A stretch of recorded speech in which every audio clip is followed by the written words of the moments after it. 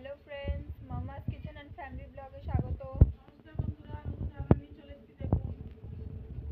আজকে আমি গন্ধরাজ চিংড়ি করব, তার জন্য নিয়েছি গলদা চিংড়ি, আর এখানে পোস্ত, সর্ষে, গোটা গরম মশলা, জিরে আর লঙ্কার গুঁড়ো, আর এদিকে আছে টমেটো, পেঁয়াজ, আদা, রসুন, গন্ধরাজের পাতা, লেবু আর কাঁচা লঙ্কা। আপনারা দেখতে থাকুন।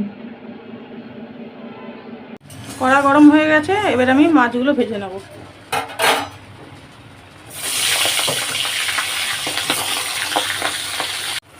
চিংড়ি মাছগুলো ভাজা হয়ে গেছে, এবার আমি তুলে নেব।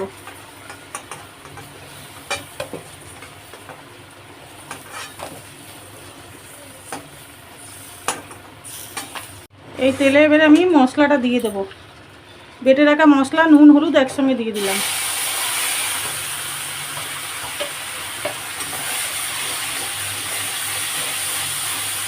দেখুন মশলাটা ভালো করে কষানো হয়ে গেছে, সাইডে তেল ছেড়ে দিয়েছে। এবারে আমি এতে জল দিয়ে দেবো।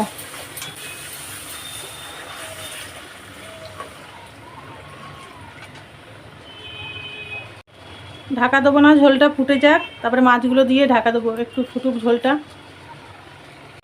ঝোলটা ভালো করে ফুটে গেছে, এবারে গন্ধরাজ লেবুর পাতাগুলো দিয়ে দিলাম, আর এবারে ভেজে রাখা মাছগুলো।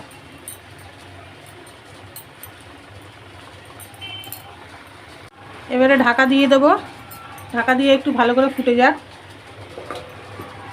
ঢাকনাটা খুলে দেখবো তরকারিটা হয়েছে কিনা। দেখুন কত সুন্দর হয়েছে, তরকারিটা পুরোপুরি হয়ে গেছে। এবার আমি একে নামিয়ে নেব। দেখুন আমি তরকারিটা ঢেলে নিয়েছি। আর আমার রান্নাটা যদি আপনাদের ভালো লাগে, আমাকে সাপোর্ট করবেন। ধন্যবাদ।